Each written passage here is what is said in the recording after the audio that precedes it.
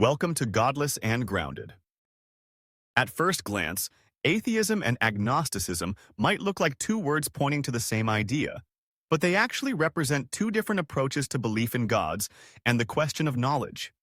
People often confuse them, and sometimes even those who call themselves atheists or agnostics are not completely sure about the difference. To understand it clearly, we have to look at what these words mean, where they came from, and how they are used in everyday life. Only then can we see the practical difference between saying, I am an atheist, and saying, I am an agnostic. Atheism simply means the absence of belief in gods. It does not always mean a person is absolutely certain that gods do not exist, although some atheists take that position. At its core, atheism is about belief, or more accurately, the lack of it. An atheist is someone who does not believe in a god or gods because they have not found enough convincing evidence to justify that belief. In the same way that you do not believe in unicorns, fairies, or ancient myths like Zeus throwing thunderbolts, an atheist does not believe in Yahweh, Allah, Krishna, or any other deity. Agnosticism, on the other hand, is about knowledge. The word agnostic literally means without knowledge. It refers to the position that the truth about gods is unknown or perhaps unknowable. An agnostic does not claim to know whether gods exist or not. Instead, they say the evidence is not clear enough to draw a definite conclusion. Agnosticism can be seen as a statement about the limits of human knowledge. We cannot be completely certain about everything in the universe, so some people choose to remain agnostic about ultimate questions. Now here is where it gets interesting. Atheism and agnosticism are not opposites. They are actually about two different dimensions of the same question. Atheism deals with belief, while agnosticism deals with knowledge. A person can be both an atheist and an agnostic at the same time. For example, someone might say, I do not believe in gods because I see no evidence, but I cannot claim to know with absolute certainty that no gods exist. That person is an agnostic atheist. On the other side, someone could be a Gnostic atheist, meaning they claim to know that gods do not exist with complete certainty. Likewise, there are agnostic theists who believe in a god but admit they do not have absolute knowledge, and Gnostic theists who claim they know without doubt that their god is real. So when people ask, are you an atheist or an agnostic? The most accurate answer could be both. It is not an either-or situation because one term refers to belief and the other refers to knowledge. Imagine a simple chart with two axes. On one side you have belief, going from theism to atheism. On the other side you have knowledge, going from Gnostic to agnostic. That gives four possible positions: Gnostic theist, agnostic theist, Gnostic atheist, and agnostic atheist. This way of looking at it helps avoid confusion and shows that these terms are not in competition. Real-life examples make this clearer. Let's say someone asks you if you believe in Santa Claus. If you are grown up, you probably do not believe he exists. That makes you an a-Santaist, in a sense. But do you claim to have absolute proof that Santa does not exist anywhere in the universe? Probably not. You simply think the evidence is so weak that the reasonable position is disbelief. That is similar to agnostic atheism. You do not believe, but you admit you do not have perfect knowledge of the universe. On the other hand, if you said, I know for a fact that Santa cannot possibly exist, that would be more like Gnostic atheism. Another example is aliens. Some people say, I believe aliens exist. Others say, I don't believe in aliens. While many say, I am not sure because the evidence is unclear. The alien question works just like the God question. You can lack belief, but also admit uncertainty. That is what makes the distinction between atheism and agnosticism so important. The confusion comes from how these terms have been used historically. The word atheism was once used as an insult. In ancient times, Christians were called atheists by the Romans because they did not believe in the Roman gods. Later, atheism was associated with immorality or rebellion. Because of this history, many people today still think an atheist is someone who claims to know for sure there are no gods. But in modern usage, atheism usually means just a lack of belief. It is not always a strong claim about certainty. The term agnostic was popularized by Thomas Huxley in the 19th century. He wanted a word to describe his view that the existence of gods was unknown and perhaps unknowable. He was not comfortable calling himself an atheist because he thought that implied a strong claim of certainty. But at the same time, he did not believe in gods. So he coined the word agnostic. Since then, people have used it in different ways, sometimes as a softer or more socially acceptable label than atheist. Many people who are actually atheists call themselves agnostic because the word sounds less harsh, less confrontational, and more open-minded. Think about how this works in conversation. If someone asks, "Are you an atheist?" and you say yes, they might assume you are claiming certainty that no God exists. They might even imagine you are arrogant or closed-minded. But if you say, "I am agnostic," people often see that as humbler, as if you are saying you do not know. The problem is that this can hide the fact that you actually do not believe. It is more socially comfortable, but it sometimes confuses the real issue. That is why understanding these terms clearly is so important. There is also a practical side to this. When someone identifies as an atheist, they are making a statement about belief which can be empowering. It says, "I do not accept claims without evidence." When someone identifies as agnostic, they are making a statement about knowledge, which can also be empowering. It says, "I value intellectual honesty and admit the limits of human understanding." Neither position is weak. Both are honest approaches to truth. Another point worth considering is that everyone is atheist about thousands of gods. A Christian does not believe in Zeus, Odin, or Vishnu. A Muslim does not believe in Jesus as a god or in the Trinity. A Hindu may not believe in Allah. By that definition, everyone is atheist about most gods that humans have ever invented. The only difference is whether you go one god further and also reject the one you were raised with. That perspective often makes the difference between atheism and agnosticism less threatening to think about. The difference also matters in discussions about certainty. Some people think atheism is about absolute certainty that there are no gods, but that is not necessary. Atheism can simply mean living without belief in gods, just like you live without belief in countless other mythical beings. Agnosticism helps clarify that this lack of belief is not necessarily absolute knowledge.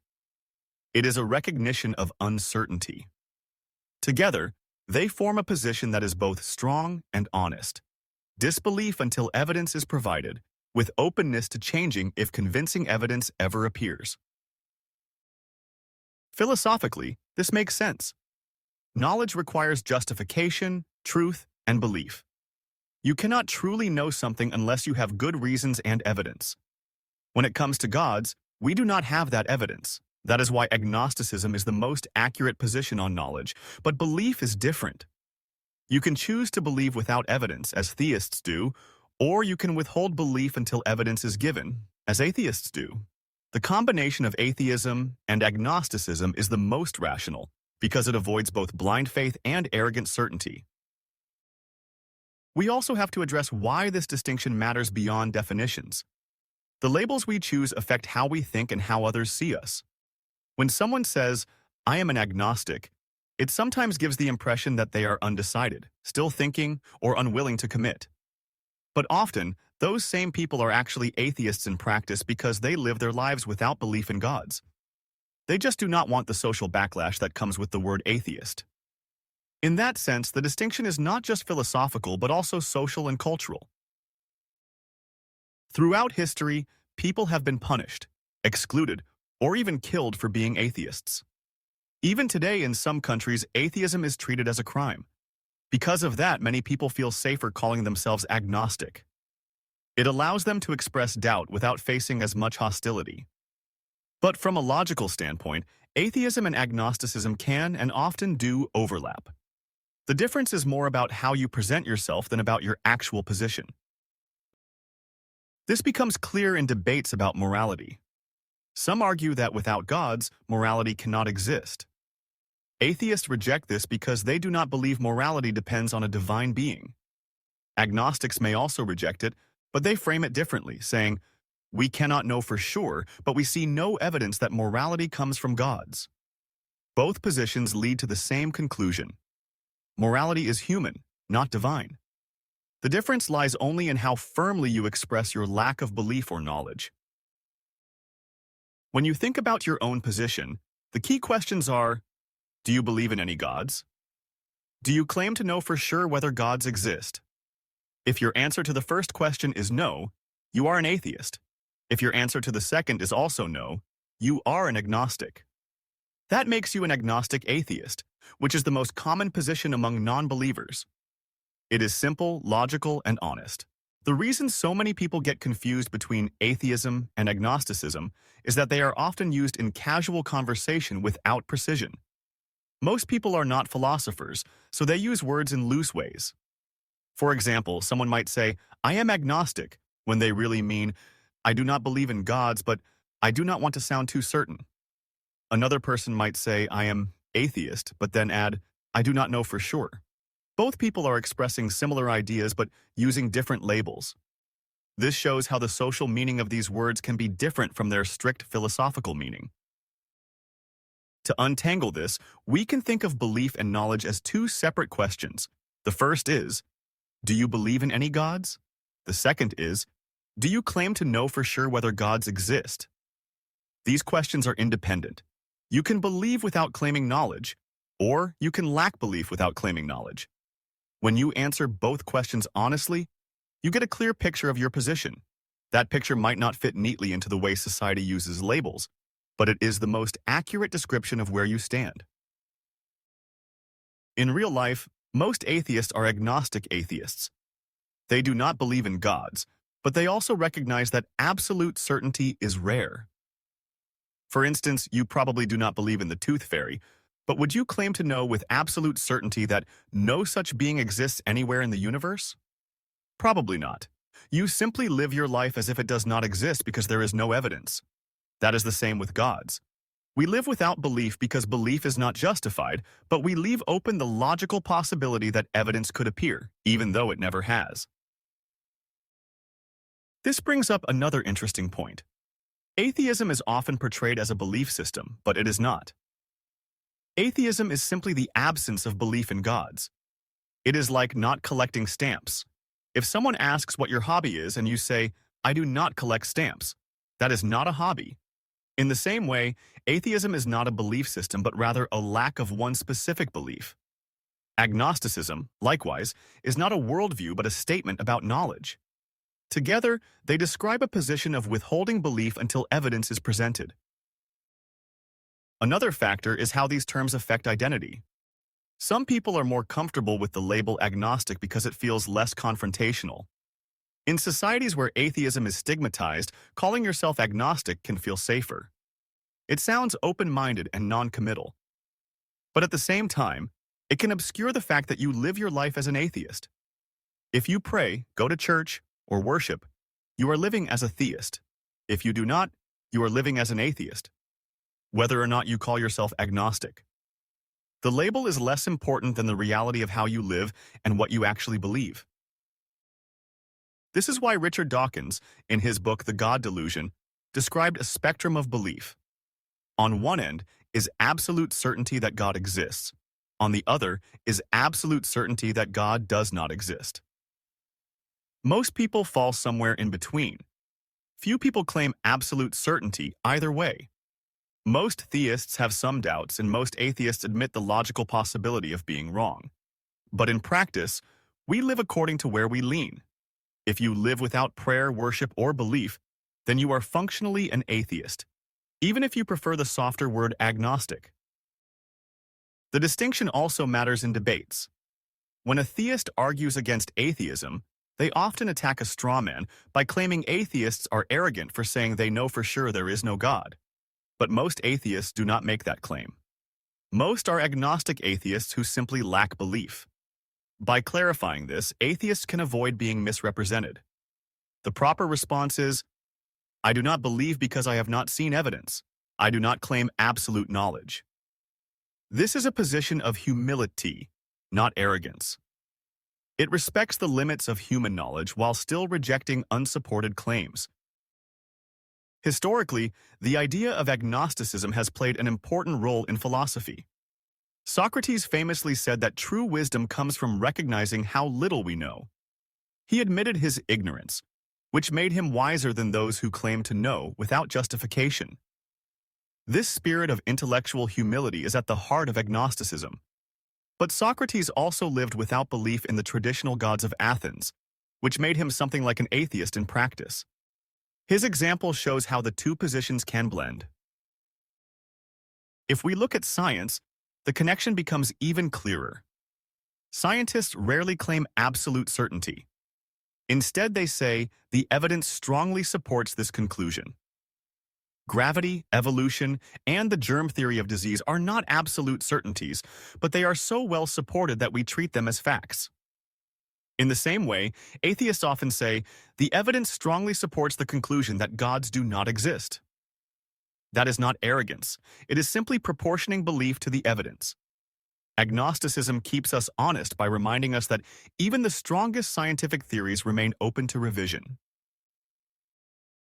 Let's consider how this plays out in everyday life. Imagine you are asked if you believe in Bigfoot. You probably say no because there is no good evidence. That makes you an Bigfootist. But if asked, do you know for sure Bigfoot does not exist anywhere on Earth? You would likely say no. Maybe there is some unknown creature in some remote forest. But until evidence is provided, you live without belief. That is agnostic atheism in practice. The same reasoning applies to gods. We cannot disprove every possible God concept, but the lack of evidence means disbelief is the rational choice. Another real-world example is astrology. Many people believe that the stars influence human lives. If you are asked whether you believe in astrology, you might say no because the evidence is weak. That makes you an atheist toward astrology. If asked whether you know for certain it is false, you might say no, but you still live as if it is false because the evidence does not support it. Again, that is the combination of atheism and agnosticism. When people call themselves agnostic, they sometimes mean they are undecided, as if they are waiting for more information. But in reality, everyone is agnostic in the sense that no one has absolute knowledge about gods. The real question is whether you believe in gods now, given the evidence we have. That is where atheism comes in. If you do not believe, then you are an atheist, whether or not you add the agnostic label. There is also an emotional side to this. Some people feel that atheism sounds too harsh, too final, or too negative. They prefer the softer tone of agnosticism because it feels less confrontational in social settings. This is understandable, especially in cultures where religion is deeply ingrained. But from a logical standpoint, the difference between atheism and agnosticism is not about harshness but about precision. One describes belief, the other describes knowledge. Both can be true at the same time. In conversations with believers, clarifying this distinction can prevent misunderstanding. If someone says, "You claim to know there is no God," the proper reply is, "No, I simply do not believe because there is no evidence. I do not claim absolute knowledge." This shows humility while still holding firm to reason. It disarms the accusation of arrogance and shifts the burden of proof back to where it belongs, on the person making the claim. At the end of the day, the difference between atheism and agnosticism is not just about words. It is about how we think, how we approach truth, and how we live our lives. Atheism is living without belief in gods. Agnosticism is recognizing the limits of knowledge. Together, they form a rational, honest, and humble position. We do not believe without evidence, and we admit we do not know everything. This is not weakness. It is intellectual integrity. Think of it like this. Imagine you are standing at the edge of a vast ocean. On the far side, hidden beyond the horizon, might be islands, creatures, or mysteries you cannot see. Agnosticism says, "I do not know what lies beyond the horizon." Atheism says, "I do not believe there are gods beyond the horizon because I see no evidence." Both statements are true. They are not in conflict, they complement each other. This is why many modern atheists identify as agnostic atheists.